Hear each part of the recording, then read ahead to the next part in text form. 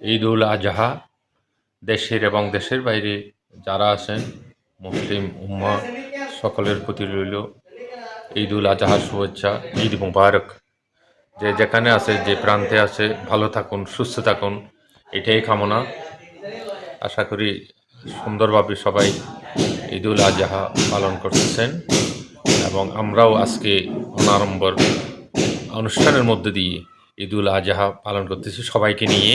মহান আল্লাহ দরবারে শুকরিয়া জ্ঞাপন করছি, আমরা যেন ভ্রাতৃত্বের বন্ধন অটুট রেখে আগামী দিনেও এভাবে ঈদ উল আজহা, ঈদ উল ফিতর বলেন সব কিছু সুন্দরভাবে যেন আমরা মেলবন্ধন একসাথে থেকে চালিয়ে যেতে পারি। এটা রহান রবের কাছে শুধু এটি প্রার্থনাই করতেছি। আপনার স্কুলের যখন আপনি পরিচালনা কমিটির সভাপতি হয়েছেন, এই প্রথম একটা বড় ঈদ পুণ্যমিলন হইতেছে, এই সম্পর্কে আপনি কতটুকু সফল হবে বলে মনে করেন?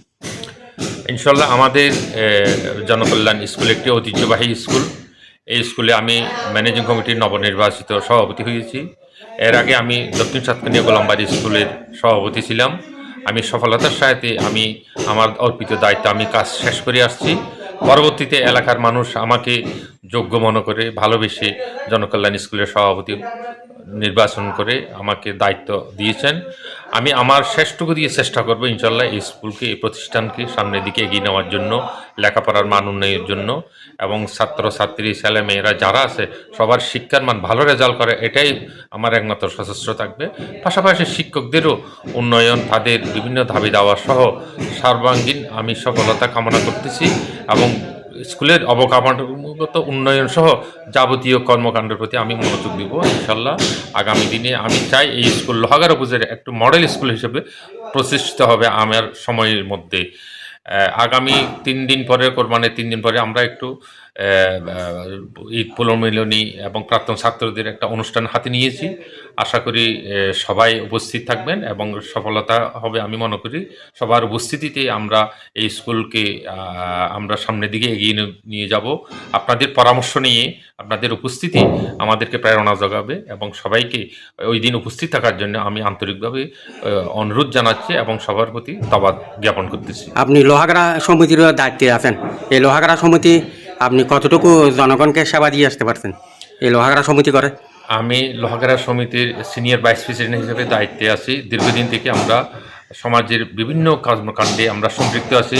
লোহাগাড়া সমিতি এলাকার বন্যা দুর্গত এলাকার সহ অনেক অসুস্থ রোগী, অসহায়দের ঘরের আর্থিক সহায়তা অনুদান লোহাগাড়া সমিতির পক্ষ থেকে আমরা দিয়ে আসছি বরাবরের ন্যায়।